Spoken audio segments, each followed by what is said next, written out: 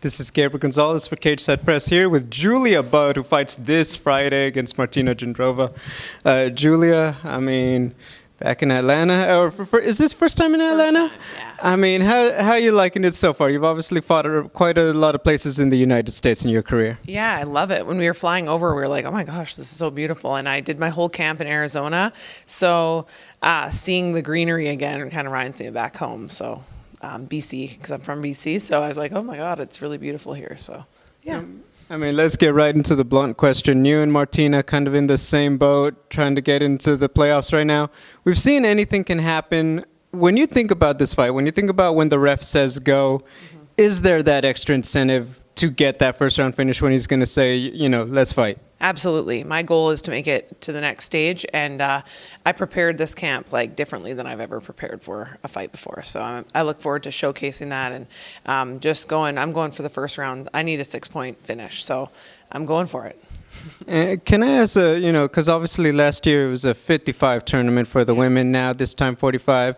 Obviously making, cutting those extra 10 pounds in the regular season schedule, a different ball game. How is that for you? It's better for me. This is more my size. Like 155 was just, I wasn't cutting any weight and my only fight in the tournament, the girl missed weight by like 6 pounds. And so she was huge and that's just out of my weight class. And so I feel better about this. This really feels like my home. I felt so great in my last fight against Pacheco and I'm ready to go.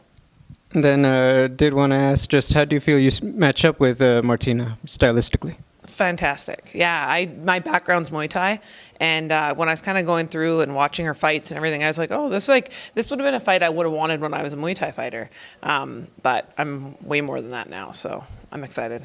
And then I did want to ask a final question. Worldwide featherweight, obviously, with Amanda retiring. But when you look at it, there's two big houses now for the featherweight women, right? PFL, Bellator. We have obviously Aspen, Larissa, Kayla for the moment.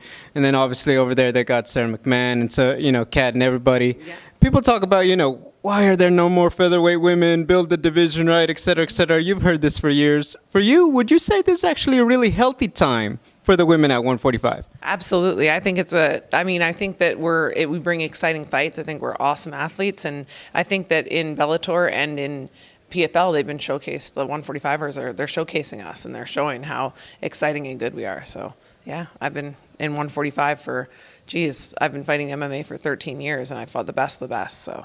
Can I ask about that? Because you've obviously now fought for two houses. You know a little bit about, what they tell you when they're like, hey, obviously you're looking for competition, being a champion in Bellator. Is it just the fact that there's not as many women who are featherweights, so it's hard to necessarily draft talent like, say, the flyweights or the strawweights, etc.?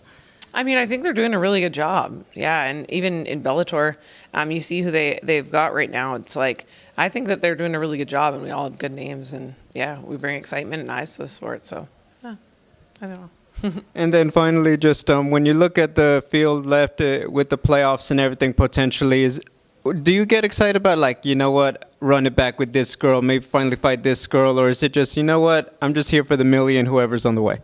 I'm here for this fight on Friday night. Like, I'm just thinking one step at a time. I got to have a amazing performance Friday night, and that's what I prepared for. And then from there, it is what it is. I mean, we'll see who makes it. It's kind of interesting. I think this year is more exciting, more interesting than any other year, in my opinion. So.